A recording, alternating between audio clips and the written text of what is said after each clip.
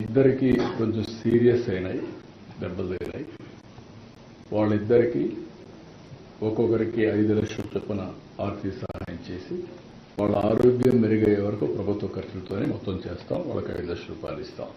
మిగిలిన వాళ్ళు దగ్గర మీరు చూస్తే ఆ ఇద్దరు కూడా తిమ్మక్క, 2 ఈశ్వరమ్మ, 33 మందికి ఇంజురీస్ అయినాయి.